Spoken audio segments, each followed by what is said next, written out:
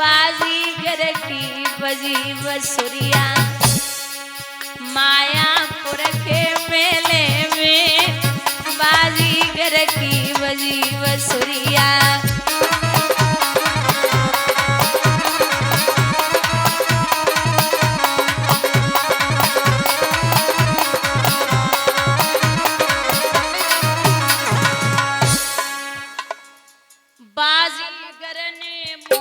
बनायो बाके अंदर स्वयं समायो बाजीगर ने मायो बाके अंदर स्वयं समायो ऐसो गुड़ अलवेले में बाजीगर की बजी बसुरिया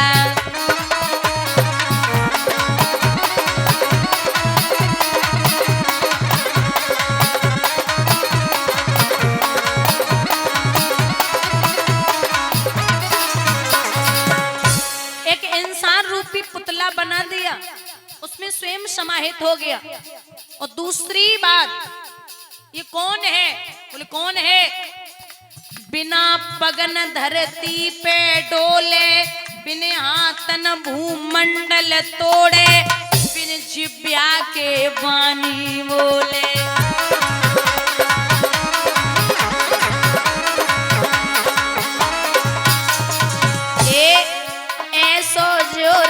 अकेले में बाजीगर की बजी बसुरिया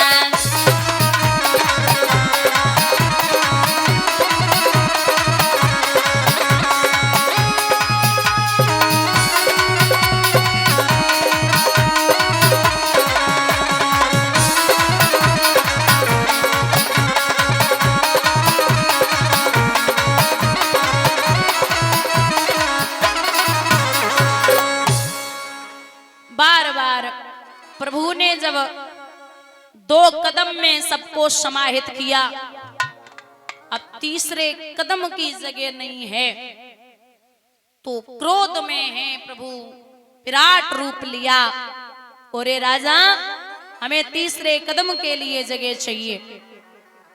तो राजा बलि की पत्नी का नाम है विंध्यावती, बड़ी चालाक है। भगवान से कहा पहले इधर आइए। भगवान जी बोले हाँ बोलिए। बोले जैसे आए थे ना वैसे रहो, विराट रूप में नहीं आए थे, 52 अंगुल में आए थे, सीधे खड़े हो जाओ और महाराज हमारे सवाल का जवाब दे दो, तीसरा कदम भी मिल जाएगा। बोले क्या सवाल ये है नाथ कि दान बड़ा होता है या दानी? बस इतना बता दो, दान बड़ा होता है या दानी? तो भगवान मुस्कुराए के बोले देवी दुनिया में धनवान तो बहुत हैं लेकिन हमारी समझ में दान से बड़ो दानी होवे। तो फिर विंध्यावती बोली अब का दिक्कत है, दान तो आप ले चुके हो, दानी दानी बचे हैं तो इनकी पीठ ना पिले, अब इनको समर्पित कर दिया मैंने। तो जैसे ही भगवान ने पीठ पे पैर रखा और एक पैर सर पे पहुंचा, तुरंत गोविंद मुस्कुरा गए। राजा बलि सामने खड़ा हाथ जोड़ के भगवान बोले ये तुम्हारा ठीक है, हम तो से बड़े प्रसन्न हैं राजा, तू हमसो कछु मांग ले। आंखों में आंसू हैं राजा बलि के नाथ। भगवान बोले मांगो तो सही। विंध्यावती बोल दी सीधे बोल दो कि मंगनते हम मांगत नहीं, हमारी आदत नहीं बेकारी अंते मांगे वे। अबे हमारे दरवाजे पे खड़े हमसे कह रहे कछु दे दो, अब हमसे कह रहे कछु मांग लो। बोले नहीं नहीं मांगी। अच्छा परीक्षित की बिटिया और थी राजा बलि के, इसका नाम था रतनमाला। जब उसने भगवान को देखा तो इतना प्यारा सा रूप है कृष्ण का, बावन भगवान का, कि देख के बड़ी चकित रह गई। ऐसा बेटा काश मेरे पैदा हो जाए, मैं उसे स्तनपान कराऊं। जब ये विचार किया तो भगवान ने कहा जा इच्छा पूरी हुई। अब दूसरी क्षण विराट रूप लिया, नाप दिए तीनों लोग। तो मन में इच्छा हुई कि अगर ऐसा मेरे पैदा हो गया तो मैं उसे जहर दे के मार दूंगी। यही रतनमाला द्वापर में आके हुई पूतना बोली गोविंद भगवान की। अब बोले कि जो पातालपुरी में मेरा महल है, आप उस महल का पहरा लगाओगे। ठीक है, सब आएंगे, सब पहरा लगाएंगे। बोले सब नहीं, आप जिस द्वारे से हम होकर के निकले, आप उसी द्वारे पे हमें खड़े मिलो। ठीक है, मैं वही मिलूंगा।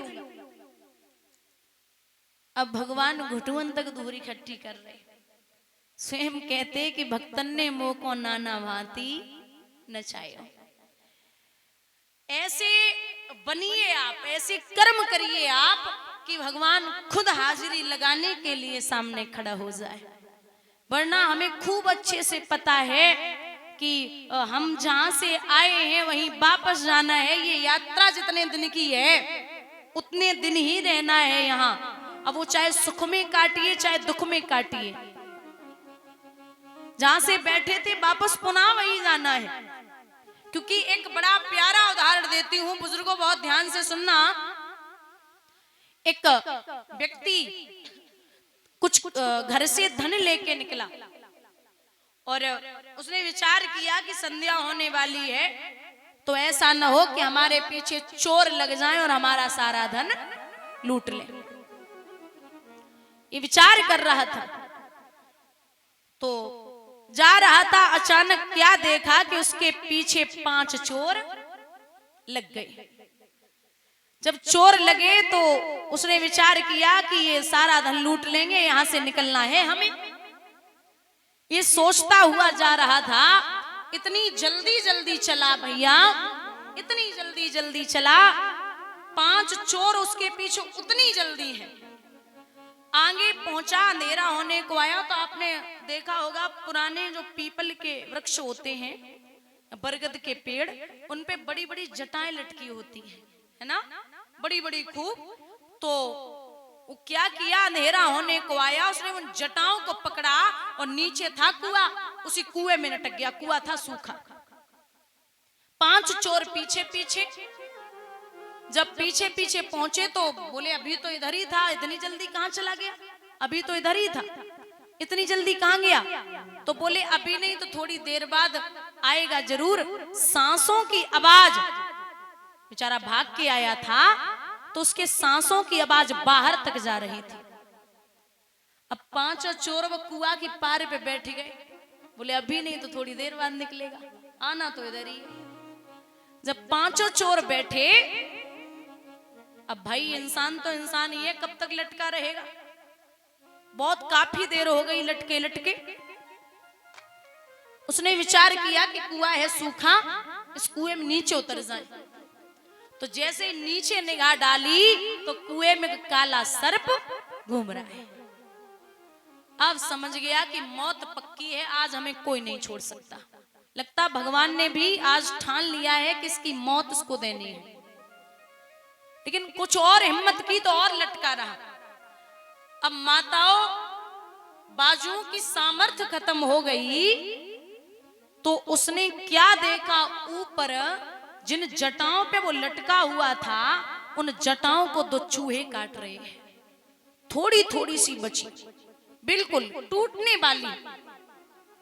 अब अंदर से तो डर है लेकिन मुस्कुराया, बोले अगर नीचे उतरे तो काला सर्प है कुएं में, और थोड़ी देर बाद ये जटाएं तो टूटेंगी, मैं नीचे ही गिरूंगा, मौत हो जाएगी। और अगर ऊपर निकले तो चोर बैठे हैं। ये सोच ही रहा था, मुंह था खुला। अचानक ऊपर निगाह और गई तो बुजुर्गो एक बूंद गिरी सीधी उसकी जिब्या पर। उसने इतना मीठा स्वाद जीवन में पहली बार लिया था। अब वो 5 चोर भूल गो, सरपो भूल गो, और अब चूहे भी भूल गया। अब वो ये सोच रहा है कि ये बूंद कहां से आ रही, ये एक और मिल जाए। और वो मधुमक्खियों ने शहद छोड़ रखा था, उसकी एक एक बूंद गिर रही थी। वो सब कुछ भूल गया। मैं आपको ये समझाना चाहती हूँ कि वो व्यक्ति कोई और नहीं, हम और आप हैं। और हमारे और आपके पीछे 5 चोर लगे, काम क्रोध मोह लोभ और अहंकार। और जिस कुएं में और हम और आप पड़े हैं वो है मृत्युलोक, और जिन जटाओं पे हम और आप लटके हैं वो है हमारी और आपकी सांसें, और जिनको वो दो चूहे काट रहे हैं, एक है दिन और दूसरा है रात, और जो काला सर्प घूम रहा है वो है हमारा और आपका काल, और जो शहद की एक एक बूंद गिर रही है ना, इसके चक्कर में सब भूल गए, वो है धन। बोलिए गोविंद भगवान की। बस धन के चक्कर में ये सोच रहे कि आज 1 लाख को मुनाफा है, कल 2 लाख की व्यवस्था है जावे। इस चक्कर में हम सब भूले बैठे हैं। क्योंकि ये भजन मैंने कल भी सुनाया था, बड़ा प्यारा है, ये माया बड़ी विलक्षण है। लिखते विद्वान कि मटर पे अधर चले चाकी रे, मटर पे अधर चले चाकी रे,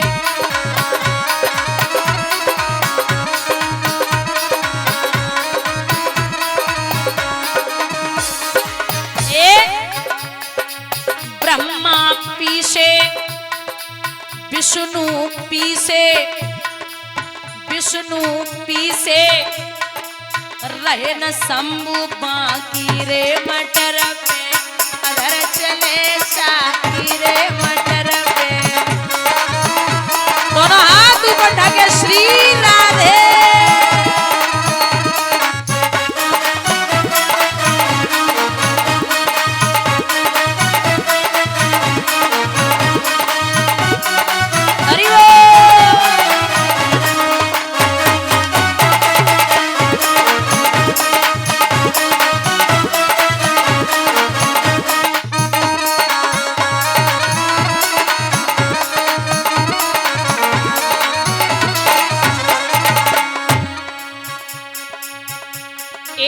तीनों लोक पीस के आई, पीस के आई तब हंस गई नारी खुदा की मटर